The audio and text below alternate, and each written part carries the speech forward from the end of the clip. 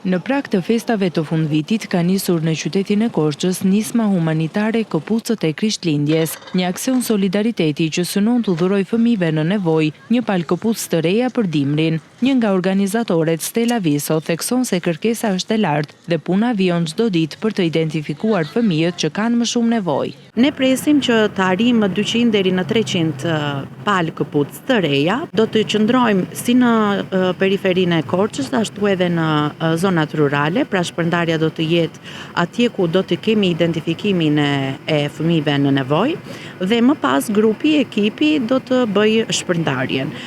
Këtë vit, ndryshe nga vitet e kaluara, ne do të presim 2 javët e para, pra duke filluar që nga sot deri 2 javët në vazhdim, do të presim kontaktet. Javën e fundit, ne i ftojmë qytetarët, fëmijët, shkollat nëse duan që të sjellin këpucët në stendën ku ne do të ngrejmë këtu në katedrale. Sipas Visos, nisma ka për qëllim jo vetëm mbështetjen materiale, por dhe krijimin e atmosferës së ngrohtë festive, duke sjellë ndjesinë se askush nuk mbetet vetëm gjatë Krishtlindjeve.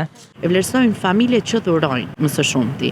Janë ata që e përjetojnë më tepër gëzimin, që në këtë muaj, në këtë festë, në mbylljen e një viti, ne të jemi me zemër të hapur për t'i dhuruar gëzim, ngrohtësi, dashuri një fëmije që është zbathur. Fushata do të vijojë gjatë gjithë muajit dhjetor me synimin për të ndihmuar sa më shumë fëmijë dhe për të kthyer solidaritetin në traditë të përditshme.